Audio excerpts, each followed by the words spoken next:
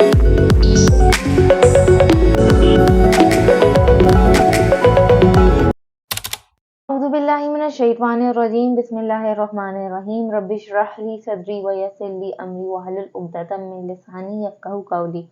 अस्सलाम वालेकुम गाइस, कैसे हैं आप लोग? उम्मीद है आप लोग खैरियत से होंगे। आज हम पढ़ेंगे एब्डक्शन और एडक्शन।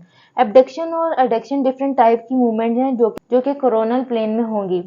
अब कोरोनल प्लेन क्या है? अगर आपने मेरी पहली वीडियो देख रखी हैं तो हमने डिस्कस किया है कोरोनल प्लेन एक इमेजिनरी प्लेन है जो हमारी बॉडी को एंटीरियर और पोस्टीरियर में डिवाइड करता है।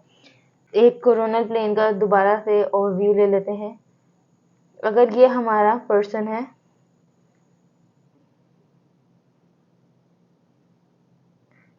ओके, तो ये हमारा पर्सन है, तो ये हमारे पर्सन को एंटीरियर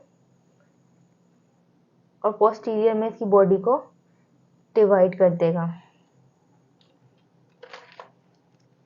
ये जो फ्रंट पार्ट है वो हो जाएगा एंटीरियर, और जो पोस्टीरियर है, जो बैक पार्ट है, वो हो जाएगा पोस्टीरियर। ठीक है, सबसे पहले हमने कोरोनल प्लेन को देख लिया कि कोरोनल प्लेन जो है इमेजिनरी प्लेन है जो कि हमारी बॉडी को एंटीरियर और पोस्टीरियर के अंदर डिवाइड कर देता है। एडक्शन और एडक्शन किस तरह की मूवमेंट है ये हम डिस्कस करेंगे। एब्डक्शन के अंदर हम मिड लाइन से अवे मूव करते हैं। अगर हमने ये मिड लाइन बना दी है तो हम इससे अवे मूव करेंगे। और एडक्शन में वर्ड आ रहा है ऐड, तो यहाँ से आप एक अपना की पॉइंट लगा सकते हैं। ऐड मीन्स ऐड करना है, हमने बॉडी की तरफ मूव करना है। तो ये देखें यहाँ पे भी आ रहा है, एडक्शन में हमने बॉडी की तरफ मूव करना है, हमने मिड लाइन की तरफ मूव करना है। एब्डक्शन में हम बॉडी से अवे मूव करेंगे और एडक्शन में हम बॉडी की तरफ मूव करेंगे। अब हमने ये दो बातें तो समझ ली कि मूवमेंट जो है कोरोनल प्लेन में होगी और जो एब्डक्शन है वो मिड लाइन से अवे मूव करेगी, और जो एडक्शन में जो मूवमेंट होगी वो मिड लाइन की तरफ मूव करेगी। ठीक है, तो अब हम एग्जाम्पल से समझ लेते हैं कि असल में एडक्शन और एब्डक्शन है क्या।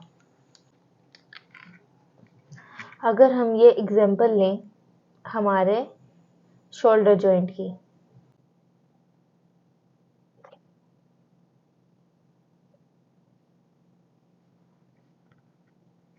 अब इसको हमने ट्रंक कंसीडर कर दिया बॉडी का, मतलब मिड लाइन अगर ये है, ठीक है, ये बॉडी का ट्रंक है। तो अगर हम शोल्डर की एब्डक्शन की बात करें तो उस शोल्डर ने सेट पॉइंट से, न्यूट्रल पॉइंट से बॉडी से अवे मूव करना है, मिड लाइन से अवे मूव करना है। तो अगर ये शोल्डर जॉइंट है तो इस पे मूवमेंट जो होगी वो इस तरह, अगर शोल्डर जॉइंट ऐसे प्रेजेंट था तो वो अवे मूव करेगा। ठीक है, हमारी जो शोल्डर है उस पर अगर एब्डक्शन हो रही है तो हमारा शोल्डर यहाँ न्यूट्रल पॉइंट से अवे मूव कर जाएगा, फिर वो आहिस्ता आहिस्ता और मूव करेगा और इधर तक आ जाएगा। ठीक है, अब हम एब्डक्शन के केस को देख लेते हैं। ओके, ये हमने फिर से ट्रंक ऑफ द बॉडी ले लिया, ये मिड पॉइंट हो गया। अब इसने टुवर्ड्स द बॉडी के मिड पॉइंट की तरफ मूव करना है। ठीक है, तो ओके, अब हमने इसे trunk of the body consider कर दिया और ये मिड लाइन जो इमेजिनरी लाइन है वो पास कर रही है। तो अगर ये हमारा शोल्डर जॉइंट हमने कंसीडर कर लिया तो ये अब एडक्शन के केस में ये होगा न्यूट्रल पॉइंट। एब्डक्शन के केस में हमारा न्यूट्रल पॉइंट ये था। इसने अब नीचे की तरफ टुवर्ड्स द बॉडी मूव करना है, डाउनवर्ड मूव करना है टुवर्ड्स द बॉडी। अब ये बॉडी की मिड लाइन की तरफ मूव कर रहा है, जी कर रहा है। अब इस तरह इसका आहिस्ता आहिस्ता एंगल डिक्रीज होता जाएगा और इस तरह ही मूव कर जाएगा। This movement is adduction. अब इसकी रेंज ऑफ मोशन की भी बात करें तो अगर हम देखें तो ये न्यूट्रल पॉइंट है, तो ये 0 डिग्री होगी। ठीक है, ये 0 डिग्री होगी। ठीक है, इससे ये अपवर्ड मूव कर रहा है तो ये 180 डिग्री हो गई। ठीक है, अब यहाँ पे एब्डक्शन के केस में ये अपवर्ड मूव कर रहा है, 0 से मूव कर रहा है। ठीक है, तो 0 to 180 डिग्री अटेन करेगा एब्डक्शन।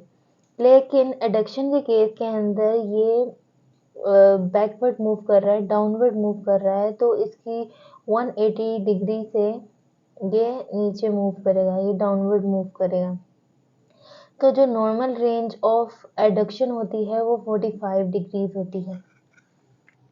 ओके, अब हम आगे मूव करते हैं कि फुल बॉडी की एबडक्शन और एडक्शन है वो इसी मैकेनिज्म पे होगी जिन्हें भी शोल्डर जॉइंट को एक्सप्लेन किया। ओके, तो फुल बॉडी की जो भी एबडक्शन और एडक्शन मूवमेंट्स होंगी वो इसी मैकेनिज्म पे होगी जैसे अभी मैंने शोल्डर जॉइंट को एक्सप्लेन किया। लेकिन हमारी जो फिंगर्स और टोज होती हैं, यानी जो हमारी हैंड की फिंगर्स और हमारे फुट की टोज होती हैं, वहाँ पे थोड़ा मैकेनिज्म एबडक्शन और एडक्शन का थोड़ा डिफरेंट होता है। हम ऐसा करते हैं कि हम अपनी एबडक्शन में न्यूट्रल पॉइंट पे अपनी डिजिट्स को रखते हैं, अपने फिंगर्स को हमने रख लिया, फिर उसके बाद हमने अब एबडक्शन जो है एबडक्शन चेक करनी है, तो हम इस तरह अपनी फिंगर्स को स्प्रेड कर देंगे। ये एक दूसरे से अलहदा हो जाएंगी तो ये एबडक्शन है। हमारी फिंगर्स जब आपस में सेपरेट होती हैं, इन दोनों के बीच, दो डिजिट्स के बीच में फासला आ जाता है, तो ये एबडक्शन हो रही है। इसी तरह अब अगर हम इन्हीं फिंगर्स को टुगेदर यानी हेल्ड टुगेदर कर लें, करीब ले आएँ, तो ये हमारे पास हो गई एडक्शन। अब हम आगे मूव करते हैं मीडियल और लेटरल रोटेशन में। लेकिन एक पॉइंट ये है कि एबडक्शन को हेल्प आउट करती है थोड़ी सी लेटरल रोटेशन। एबडक्शन के टेक प्लेस होने के लिए हमें थोड़ी सी लेटरल रोटेशन भी करनी पड़ती है। आगे अब हम कॉन्सेप्ट समझ लेते हैं मीडियल रोटेशन और लेटरल रोटेशन का। मीडियल रोटेशन कहते हैं इंटरनल रोटेशन, मतलब इनवर्ड, और लेटरल रोटेशन होती है एक्सटर्नल रोटेशन। मीडियल रोटेशन यानी हमारी सेंटर ऑफ द बॉडी की तरफ मूव करना, हमने मीडियल वर्ड हमें पता था। टुवर्ड्स और लेटरल का मतलब जो है ना away. Interior surface of part facing medially, अब इस बात का क्या मतलब है, इंटीरियर सरफेस यहाँ पे भी है और लेटरल में भी इंटीरियर सरफेस की बात हुई है, मतलब इंटीरियर सरफेस दोनों में कांस्टेंट रहेगी। अब क्या चीज़ इनके बीच में डिफरेंस क्रिएट कर रही है, वो चीज़ है, हमें पता लग गया ओके दोनों में इंटीरियर सरफेस कांस्टेंट है, दोनों में इंटीरियर सरफेस सेम है। लेकिन क्या चीज़ डिफरेंस क्रिएट कर रही है, मीडियल रोटेशन के अंदर मीडियली मूव करेगा। मीडियल का मतलब होता है towards the centre of the body और टुवर्ड्स द सेंटर, और लेटरल होता है अवे। ये जैसे यहाँ पे भी मेंशन है toward the centre of the body. Okay, हमने दो बातें देख ली। मीडियल के अंदर इंटरनल रोटेशन मतलब इंटरनली मूव करेगा और टुवर्ड्स द बॉडी मूव करेगा। लेटरल के अंदर एक्सटर्नल रोटेशन है और वो away from the body move कर रही है। ठीक है, अब इसके अंदर नेक्स्ट पॉइंट जो इनके बीच में डिफरेंस क्रिएट करता है वो ये है interior surface of the part of the facing medially. अब हम जिस भी पार्ट को ले रहे हैं, अगर हम ये हैंड को ले रहे हैं, ठीक है, हमने हैंड को लिया तो उसका जो इंटीरियर सरफेस है वो मीडियली मूव करेगा और लेटरल रोटेशन में लेटरली मूवमेंट होगी। अगर हम एल्बो जॉइंट की एग्जांपल ले लें, मीडियल में अगर हम ऐसे अपना एल्बो जॉइंट बनाते हैं,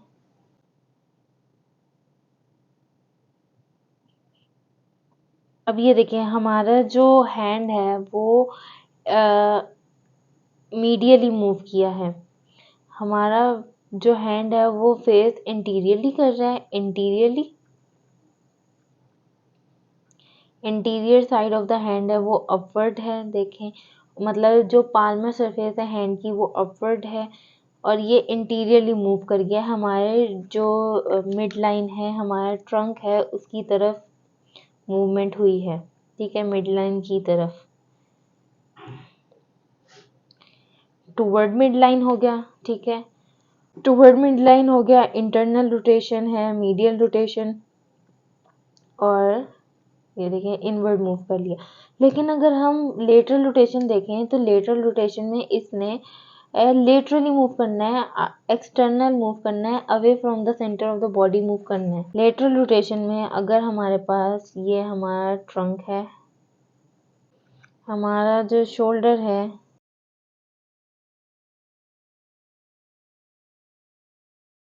देखें अब हमारा हैंड लेटरली मूव कर गया है। ये ओके इंटीरियर साइड ही फेस कर रही है।